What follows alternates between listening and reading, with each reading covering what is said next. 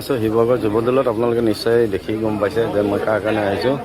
হজৰত মৌলানা বদৰুদ্দিন আজমি চাহাব আহিছে, তেখেতক অলপ মই দেখাই দিছোঁ। এয়া চাওক কেনেকুৱা এটা ভিৰ, তেখেতক লগ পাবলৈ বিভিন্নজন শুভাকাংক্ষী আগবাঢ়ি আহিছে।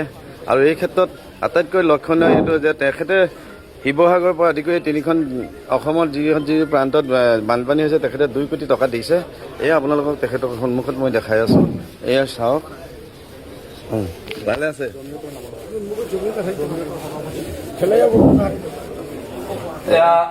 আপোনালোকে চাওক, আমাৰ মাজত আহি উপস্থিত হৈছে কি অসম ৰাজ্যিক জমিয়ত উলামাৰ সন্মানীয় সভাপতি তথা আজমল ফাউণ্ডেশ্যন মৰকুজুল মাৰিফৰ মুখ্য ন্যাসৰক্ষী, বিন্নাকান্দি বিধানসভা সমষ্টিৰ বিধায়ক তথা ধুবুৰী লোকসভা সমষ্টিৰ প্ৰাক্তন সাংসদ হজৰত মৌলানা বদৰুদ্দিন আজমল আল কাছিমি চাহাবক তেখেতক আগুৱাই লৈ আহিবলৈ ইয়াৰ লগে লগে তেখেতে বিভিন্নজনক লগত কথা বতৰা পাতি আছে।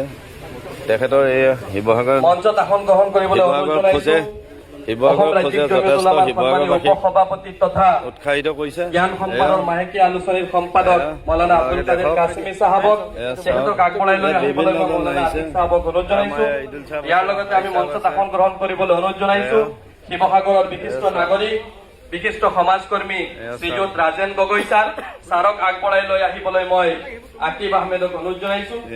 শিৱসাগৰৰ বিশিষ্ট নাগৰিক তথা বিশিষ্ট সমাজকৰ্মী শ্ৰীযুত ৰাজেন গগৈ ছাৰক মঞ্চত আগবঢ়াই লৈ আহিবলৈ মই ৰেজাউল কৰিম চৰকাৰ ডাঙৰীয়া আৰু আশৰাফুল ভাইক অনুৰোধ জনাইছো। আমি মঞ্চলৈ আমন্ত্ৰণ জনাইছো ধনিয়া সমষ্টিৰ প্ৰাক্তন বিধায়ক তথা অসম ৰাজ্যিক জমিয়ত উলামাৰ কোষাধ্যক্ষ হাফিজ ডক্টৰ ৰফিকুল ইছলাম চাহাবক তেখেতক আগবঢ়াই লৈ আহিবলৈ মই মুজিবুৰ ৰহমান চাহাবক অনুৰোধ জনাইছো।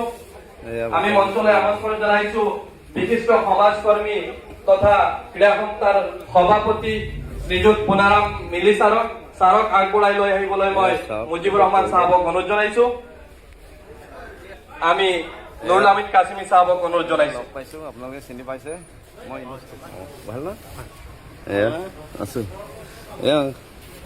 এয়াতো বৰ্তমান পৰিৱেশটো মই দেখাই আছো। চাওক, এটা ভাল লগা পৰিৱেশ। এই দুখৰ সময়তো এখেতসকলে আহি পেলাই যি শিৱসাগৰৰ কথা চিন্তা কৰি তেখেতসকলে আমাৰ মাজত আহি উপস্থিত হৈছে, তেখেতসকলক ধন্যবাদ দিছোঁ আৰু বেলেগ একো দিব নোৱাৰোঁ। এয়া চাওক, এয়া MLA চাওক, এয়া আপোনালোকে দেখিছে।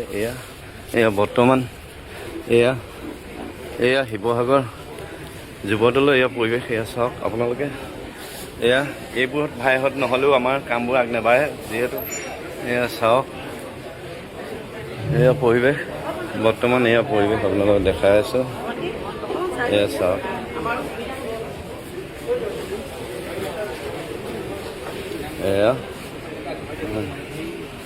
এয়া আমাৰ দাদা আপোনাৰ চিনি পাইছে।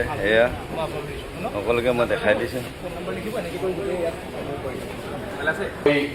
বিশিষ্ট সমাজকৰ্মী, লেখক টিকুল ইছলাম ডাঙৰীয়া প্ৰমুখ্যে লাহেকে কিবা এটা কওকচোন, থকা লাহেকে কওক।